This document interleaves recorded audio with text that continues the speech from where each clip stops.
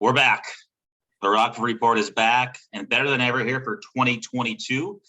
And as tradition, or not that there's much tradition with this, since we've only been done like 30 of them, we wanted to have last year's defending champion who slayed Goliath in the final here to recap his wonderful 2021 season and talk forward about his team here for 2022. Maybe talk about some of the new rules that were implemented last year and how he thought those played out, and then have a little here. Oh, look at that! Wade spent some coin on some effort. He got a champion's hat. He's got a belt. I heard he got some championship condoms. Oh, he's got a ring too. Man, so that's where you went. That's where the championship money went. It's where way too much of it went. Yes. All right. Well, he's. I like the hat look. I don't like the hat look. You don't like the hat look? I like I like a good mesh hat. My head and hats. It's tough to find one that fits. So, but yeah, this was the big purchase. Hold that up so everybody get nice and close. Jesus, look at that thing. It's like it's like a back support almost. Yeah, got some football champ. Now, where does that gonna live in your humble abode? Where's Kelsey letting you keep this crap? That's what I'm asking. I wore it to bed for the first good month or so, but after that, I've got it just kind of in my office here. It actually sits up in that space that you can see behind me, kind of the open space there. But I figured that kind of wanted to up close and personal for showing it off, the first little pod of the year. Well, you just took a big fat old shit on Ian right there. Is that what that is? A couple championships. He's donating his money. Get out of that world, Ian. You got to be making championship belts and rings and just being very ostentatious with it, which I actually like. Now, question for you: how often do you work from home? Not much right now. We've gone back to the office. Yeah, probably for the better part of the last. Yeah, I think I've been back since January. So I occasionally work from home if schedule requires it, but otherwise it's strictly back to the office.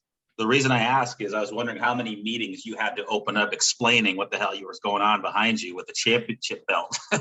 Yeah, that's where the blurred background comes in handy. So that's true. Yeah, good point. Okay, those different background features are nice. Okay, cool. Well, you've gloated, you've got the belt, you've got the ring. Casey and Ian and myself, Jeff, the rest of the league, very envious of your style and pizzazz with this. Very nice. Now, as we move forward, actually, we're not moving forward. We're still looking back. How did you think the new rules went for 2022? The ability to start two tight ends, which obviously I was a fan of for very selfish and helpful reasons for me. And then the ability to kick defenses. You're the hell out of town. And really, kickers going by the wayside. What was Wade's? If you look back, was it a success? Was it kind of a fine, but didn't really affect much, or was it like, oh, that's just a double thumbs down? So for me, I feel like I've been one of the more vocal, let's get rid of defenses guys. So the most vocal. Yeah, well, it doesn't seem like a coincidence then that we finally get rid of them, and look what happens. So this is a message to the commissioners. Conversation for a different day about them. Yes.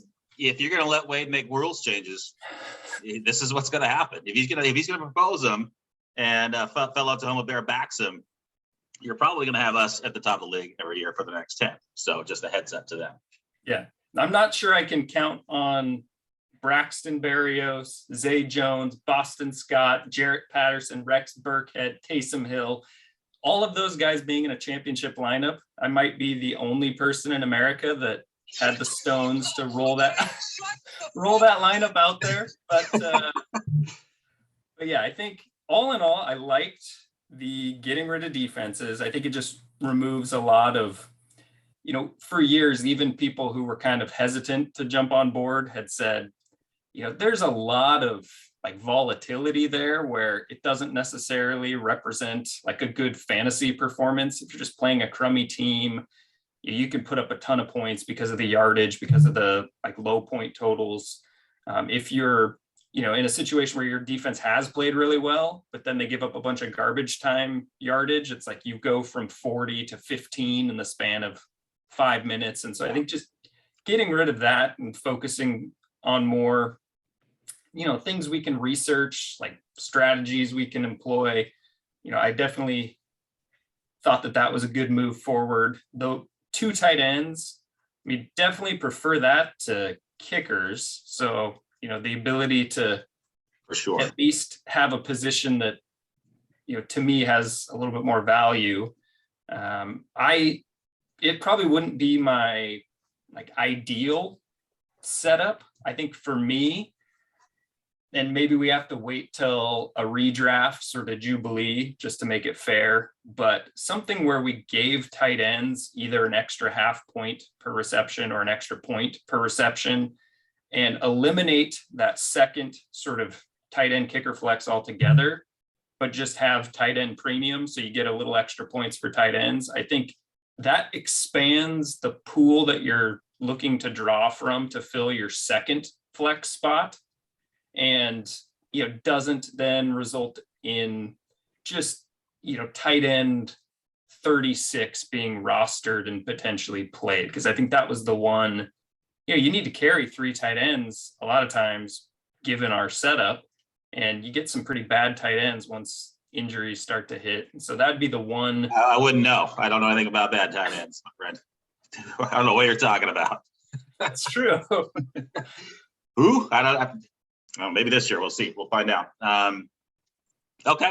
Interesting thoughts. I like your thoughts on defense. Defense always seemed to be like just dating a crazy woman. You just don't know what you're going to get day to day or week to week. And it was such a high premium position it was swinging games. It was swinging divisions, 65-2, that kind of stuff. But so that's what I didn't like about it.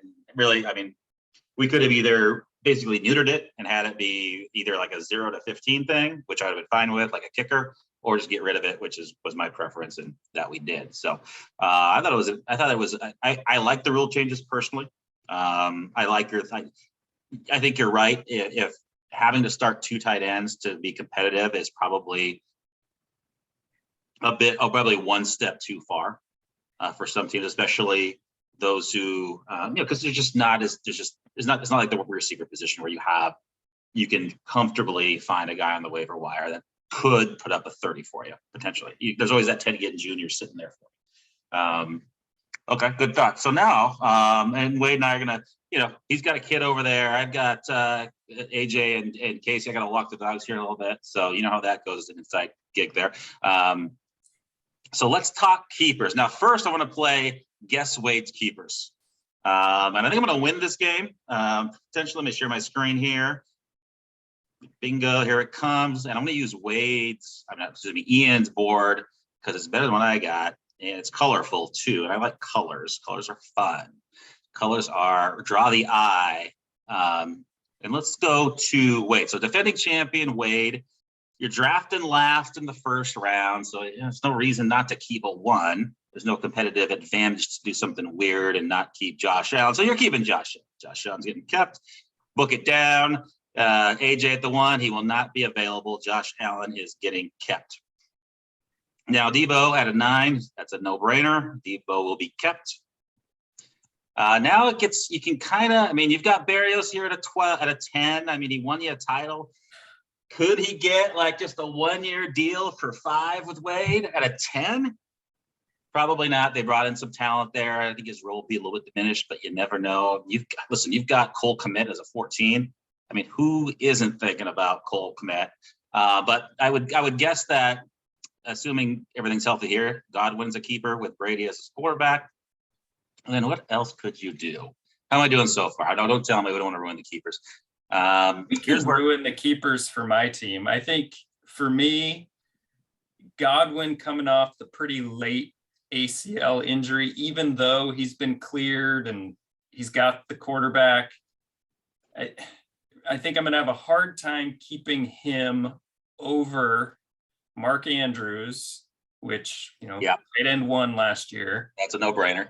To go with my QB 1 last year. So you're rolling into the draft with the positions where it's a shallower talent pool and you've got a guy who's at least top 3 at each of the positions. But then, in addition to Debo, who you have some concerns keeping him because of the injuries, but I think he just was so dominant. And the fact that he gets, or at least got, all those extra touches out of the backfield, he probably won't get quite that many, but I think it's still a component. There's bonus provisions in his new contract based on rushing touchdowns and rushing yards. So I think that's definitely going to be at least a component of what they're looking to get out of him. But James Conner as a 12, he definitely overperformed. He overperformed last year. That's the concern. But when he was good, it's like shit. Yeah. So him at a 12, I kind of overlooked him just because I got James Conner. Like shit, at a 12 in an offense that is, it doesn't overperform Blake, but they run the ball effectively. And they'll look to him out of the backfield to catch passes. And so I think, definitely a step down for him this year. He's not going to finish as the RB5 again, but, even if it's RB15 to lose a 12th round keeper, at that point, it's kind of hard to go wrong and gives you a little bit of flexibility to where early in the draft, you don't feel like you're reaching for a running back just because you don't have a good one. So I think, he gives me a little bit of just that ability to take one guy at each position. You're not feeling pressure to target anyone in particular in the draft. You can really just focus best available and go from there. Yeah, I'm looking at one semi-reputable site. They have him at 12 right now.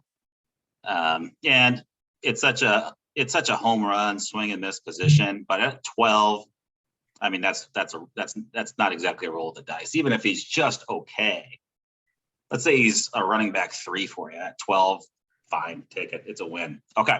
So we talked about Wade. I think a lot of those, if you looked at this with any kind of a magnifying glass, Allen for sure.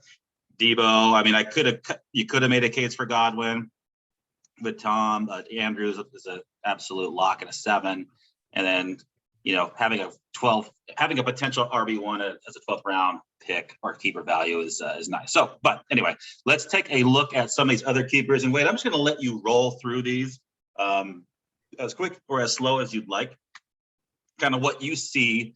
We're not going to start with a fucking car. I'll hook those guys. We're going to start with Wade's championship division. The Knox will save the worst for last. That being the Carl. So let's take a peek at these guys. Now we've got Musa, Kinney, who had a tough year last year. I think Musa's, and yourself, and then Blake. Blake made so far the only deal this year to pick up somebody, Derek Carr. So he's obviously not going to keep Carr at this point. So what do you see with Blake? So I think for Blake, the ability to probably stack the Devontae Carr connection there. That's probably seems like the route he'll go. Justin Jefferson, outside of Cooper Kupp or Jamar Chase, they're kind of the big 3 that seem to go interchangeably in redraft leagues right now. So I think that's tremendous value. So he probably gets kept. I think then the question mark becomes ETN at a 14. Like that's tremendous value, even if he starts the year kind of slow coming off there's a Jones or Liz Frank injury. It's still it's somebody's name injury. It's like a Williams injury or a St. Cloud injury or a whatever. Right, but having that old as Isbell. Yeah, he comes on a little strong. You've still got him as an 11 next year, but then Russ, it's like he's even with Tim Patrick going down. He's still in a pretty good situation there in Denver in a division where they're going to have to probably score a lot of points. So I think he's got some interesting decisions, couple good running backs, Nick Chubb, Joe Mixon. I know he likes both those guys. It's hard not to like Mixon because right when he got him, he was like the RB2 or RB3 over the course of the remainder of the year. But I think, that's kind of those are the decisions he'll have to make. Does he want to go in with that, losing a really good draft pick, but getting more of a sure thing? Or does he want to take a flyer on someone with just massive keeper value like ETN? Well, either way, he's going to leave some cheese on the table. For sure. I think Blake's got one of those rosters that if you're struggling to figure out who your third or fourth keeper is going to be, or you don't really like the value, you could probably approach him and try to snag one of those guys. Probably wouldn't have to give up too much because, he can't keep them all. So that would be, I think he has a team that would be worth looking at. I think Godwin or Rondale Moore on my team would be someone that kind of similar boat. If you like either of those guys, you could probably get them for relatively cheap. Didn't know we were on Craigslist all of a sudden. Yeah. Well, I think like looking at Kinney, he's got not much in the quarterback market. I think he's got one. I think not much would be a bit of an understatement. This looks like a dumpster fire. He's got no offense, Kenny. Henry. So you've got your Henry's a stud. One. And I think you probably have to keep Javonte, because Javonte is one of those guys that if something were to happen and he were actually to get the keys to that backfield, I mean, very easily top 5 running back potential there. Mike Williams signed a big deal. Keeper 9, that's a good value for him. He was kind of boom bust, but when he boomed, it was, I think Kenny won I think he beat me one of the first weeks of the year because he had guys like Mike Williams putting up huge numbers.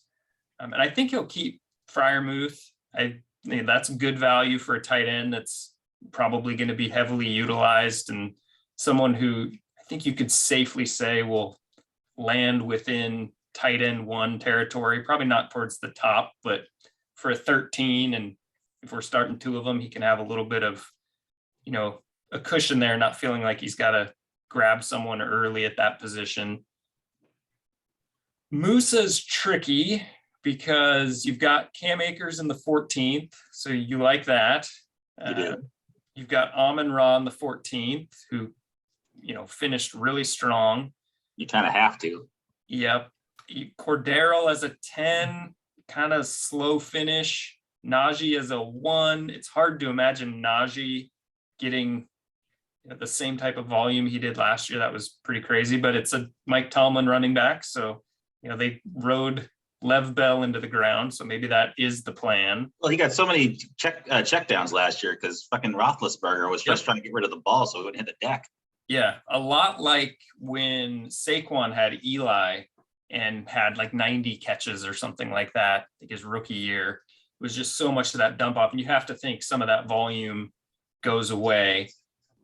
But, good running back, clearly has just complete ownership of the backfield, which there aren't a lot of guys in the league that have that. So you could see him saying it's worth the 1 to kind of keep him and, see what happens as they move forward with either Trubisky or Pickett or whatever the plan is there. I think quarterback's interesting because, Tom Brady then kind of pushes Najee to a 2. So now he's doesn't have his first or his second round pick. Daniel Jones started well for him last year, gets the upgrade on the kind of the coaching front, guy who turned Josh Allen into Josh Allen. And so I think there's a little bit of intrigue there, but I've owned Daniel Jones. And so I would know better than to keep him because he just is. NFC East also owns him. Yeah. You've seen some plays where you just wonder, like, is he even going to keep the job? And so I think that's kind of the scary part, even though there is a lot of value there. And then, Kittle, Waller, not great value, but we're starting 2 tight ends, and each of those guys, is probably a top 5 option at the position. So he's got some decent options there, kind of tough decisions. He's also in that, do I keep the high floor, but lose a high draft pick, or do I go with the guy who has more keeper value? Yeah, there's a little more meat on the bone than his season showed last year for a variety of different reasons. Agreed. All right, let's move over to the Panella. Back-to-back years for the team in the title game. 1-1 in those games, unfortunately. Cue the video. Okay. All right, let's start with AJ. He's got just quarterbacks on demand over here, almost an embarrassment of riches. Could he keep 4 quarterbacks? He's going to keep Chase, but it's joking, of course. But if you just saw the quarterbacks and not the rest of the roster, would it be possible to keep all 4? in some sort of bizarro world where he deals 2 and works off that. Yeah, I mean, Burrow and Herbert would like obviously I don't think you could let either of those guys go. If Tua gets off to a hot start with Tyreek, or even just the potential of that, if there's a run on quarterbacks early in the draft. Don't worry about that, AJ. Yeah. If you're sitting there in like round 4 and there's a bit of a run, it's like you might be willing to give up something to get someone like Tua because you don't want, Carson Wentz or someone garbage down the road. And Deshaun Watson's the intriguing one because he might not play at all this year. He might have the Zeke situation where he plays most of the season early and then the suspension takes effect towards the end, carries over into next year. Who really knows what's going to happen there? But, even as a 3 next year, Deshaun Watson is someone that we've seen what he can do, regardless of whether he's a despicable human being or not. Very AJ being AJ, he might player. just keep it just to get the reaction. Yeah.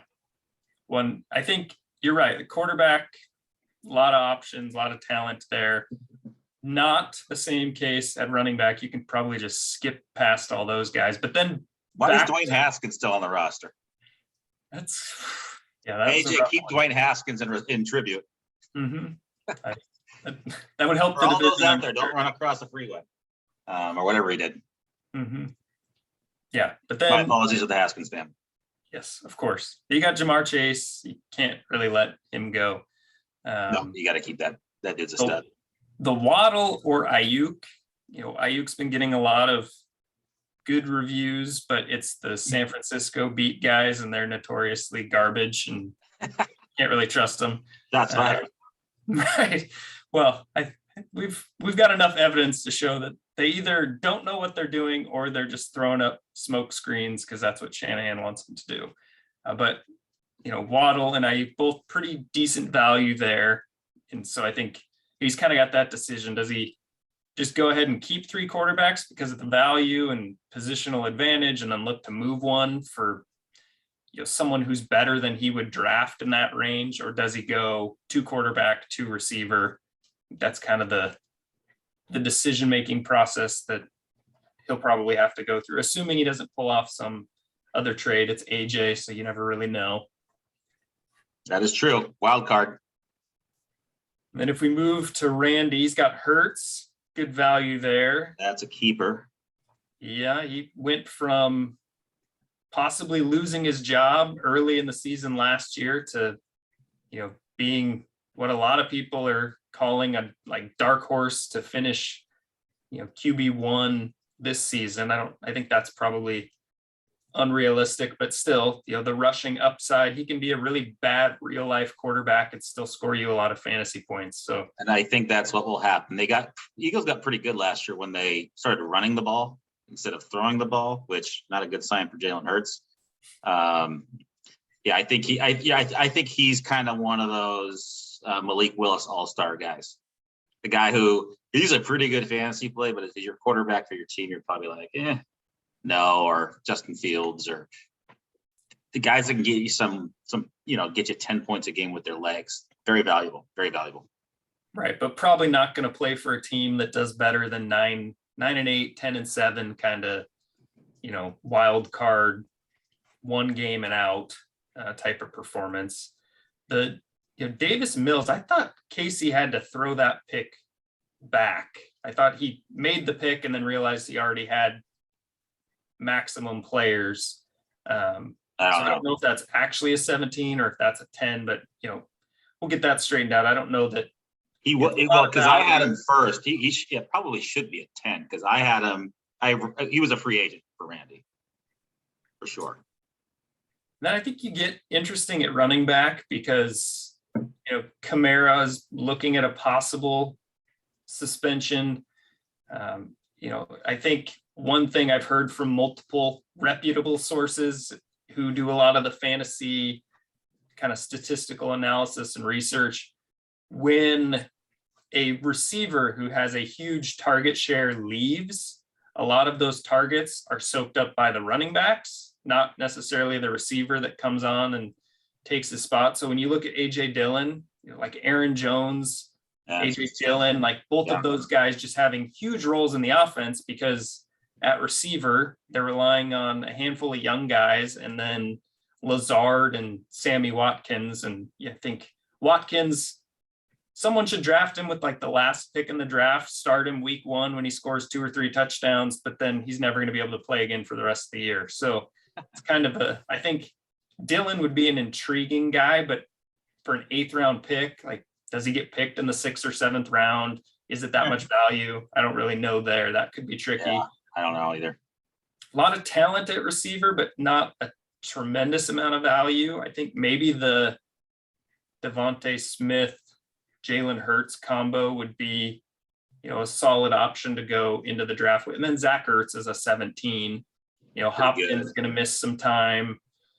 You got to understand, Randy's obviously going to be, steers towards those Eagles. So I think Devontae Smith and Jalen Hurts are locks, for better or worse. Even Goddard with that, you could see him just let's just keep all 4 Eagles and call it a day. I would not shock me. Yeah, I think Ertz was pretty valuable on the PPR front once Arizona snagged him. So I think, that could be a pretty good value at 17. So I think, and like you said, he's got the Eagle history, so there might be still quite a bit of love there for Randy. So that's probably someone he'd take a look at. Wait a minute, I signed into my my wrong Zoom. I'm in my free Zoom, so I got 8 minutes left before this thing cuts out on me. So keep that in mind. We can go really fast through the Carl, because who the fuck cares anyway? We hear about it enough on the thread, so we can take our time with these last 2 and just rip through the Carl. Yeah, well, they're not. Yeah, I mean, I think we've shown the last couple of years that they're no longer relevant. So I don't think we need to spend a lot of time. Hashtag afterthought. Yeah, exactly. I think with your team, you've got Jonathan Taylor, you've got Cooper Kupp, T. Higgins as an 11. Like, that's a ton of value for a guy who forms one half of the best receiver duo in the league. And then it kind of gets tricky, because you've got Kelsey in a 2 tight end league. You've got Pitts. Like, they're essentially the same value because of the Taylor keeper. So do you keep the sure thing and Kelsey, who will probably finish top 3, or do you try to keep a hold of Pitts for the foreseeable future?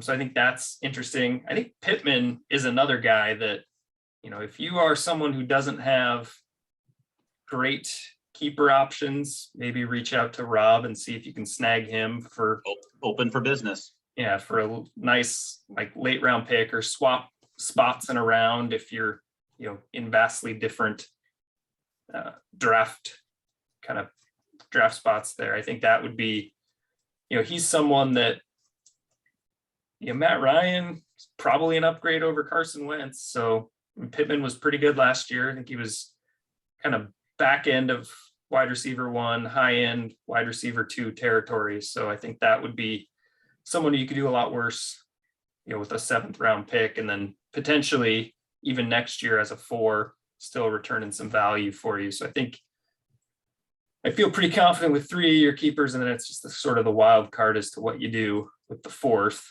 And then I think Los has Fournette, who, despite all of the pictures of him showing up a little bit chubby to the first camp, it looks like he's slimmed back down, and it's kind of a hard to pass up guy, maybe even a little bit similar to Connor, but probably even less risky, even though he's kind of got a similar checkered past in terms of staying healthy. And so, but I do think Fournette's kind of locked in. I think, he's got some interesting decisions to make. Dalton Schultz as a 16 would seem to be locked in for me, like a tight end that's going to finish, well into tight end 1 territory. Amari Cooper's gone. I think that's Gallup's hurt. Like, that just seems like a really good keeper there for him, especially with us starting 2. So it looked like Schultz, Fournette are probably locked in. And then there's the questions of, do you keep Rodgers and Dak? Yeah. If so, you're probably not looking great at wide receiver. Do you keep Rodgers or Dak and then Diggs? Getting probably the next best receiver after the top three are kind of gone. You get Josh Allen's leading target guy. So I think that's, he was very consistent last year, but never had any of those massive weeks. So I think, a lot of people probably felt like he had a down year, but he was still really productive. And so I think for Los, that's the hard decision he'll have to make. Does he want to kind of put a lot of pressure on himself to hit the receiver jackpot in the draft, or does he want to kind of hedge his bets a little bit and go one quarterback, one wide receiver? Yeah, he definitely has some interesting decisions to make, and I don't love any of them. All right, well, we got about less than four now to talk about the Carl. So we'll speed round it here. 30 seconds. Casey Taggers team, go. Yeah, so I think Casey goes Kyler. I think he keeps Aaron Jones. I think he keeps CeeDee Lamb. And then I think he keeps Hollywood Brown. Yeah, Lamb and Brown, I think, are for sures. Yeah, I didn't even think anything else is even. I mean, you could debate some of this stuff. Like Penny's interesting as a 15, but that's a timeshare for sure. All right, what about J Tags Express? So I think Swift and Eckler would form a pretty good 1-2 punch at 4 and 5. Yeah, and then he's got the decisions to make at receiver, Mooney, Renfro, Davis, a lot of value there. Yeah. 10, 11, and 16. But also Kirk Cousins as an 8. They bring in an offensive-minded coach. Cousins is a lot like Carr. Yeah, very similar. Yeah, kind of underappreciated. I like Cousins more. Yeah, but I do too. Better, I think, track record of at least really high games, but definitely has some duds along the way. He'll have to sadly part with Jimmy G this year. Sorry, Jeff. I know.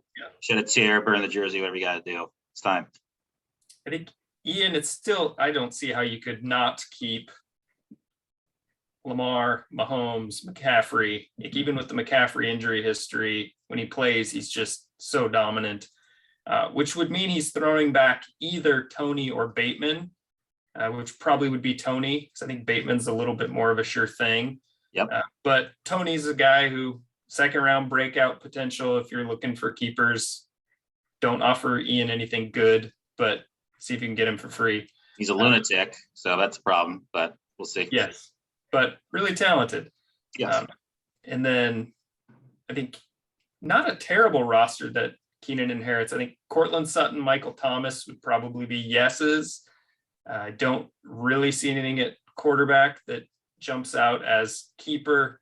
Then the question to me is, do you go Dawson Knox, kind of securing one of your tight end spots? Do you go Ramondre Stevenson now that James White has retired? Damian Harris has gone after this year, so that's a potential RB1 in New England for the years to come at 12, 9, so on. So pretty decent options on there, but nothing that really jumps out outside of a couple of those pretty good values at receiver. What about Michael? Michael, you like Thomas there? You might have mentioned that. I do. I like Thomas and Sutton. Yeah, my audio kicked out there for like 3 seconds. You might have said something really funny and I missed it. All right, well, that is the show. It is over. Time to stop watching. Wade, thanks for joining us. I know you're on daddy duty tonight. I'll let you get back to it. The championship is yours. All right, man. We'll talk soon. Yep. Go Have Rock. a good one. Yep, you too. Bye.